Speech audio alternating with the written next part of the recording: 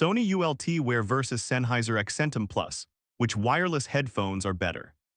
In this video, I'm comparing the Sony ULT Wear with the Sennheiser Accentum Plus to find out which wireless headphones are better for sound quality, bass, noise cancellation, battery life, comfort, and everyday use. Let's start with sound because these headphones have noticeably different personalities. The Sony ULT Wear is designed for listeners who love powerful bass. Its dedicated ULT button gives you additional levels of low-frequency boost, making bass-heavy music such as hip-hop, EDM, and pop sound more energetic.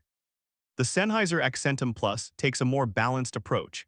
It uses 37mm dynamic drivers with a frequency response rated from 10 Hz to 22 kHz. You can also customize the sound through Sennheiser's Smart Control app. For listeners who prioritize a more refined and less aggressively bass-focused presentation, I'd lean toward the Sennheiser. Connectivity is another strength of the Accentum Plus. It supports Bluetooth 5.2, AAC, SBC, aptX, and aptX Adaptive, plus Bluetooth Multipoint for 2 simultaneous connections.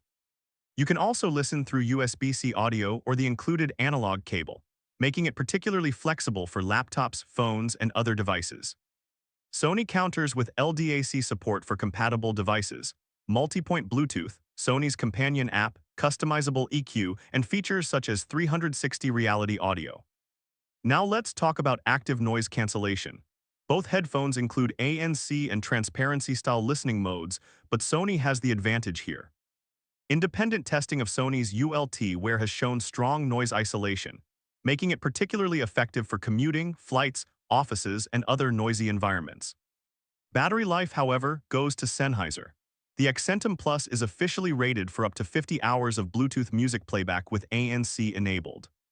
Sony rates the ULT Wear for up to 30 hours with noise cancellation enabled or up to 50 hours with ANC switched off. Both also support quick charging.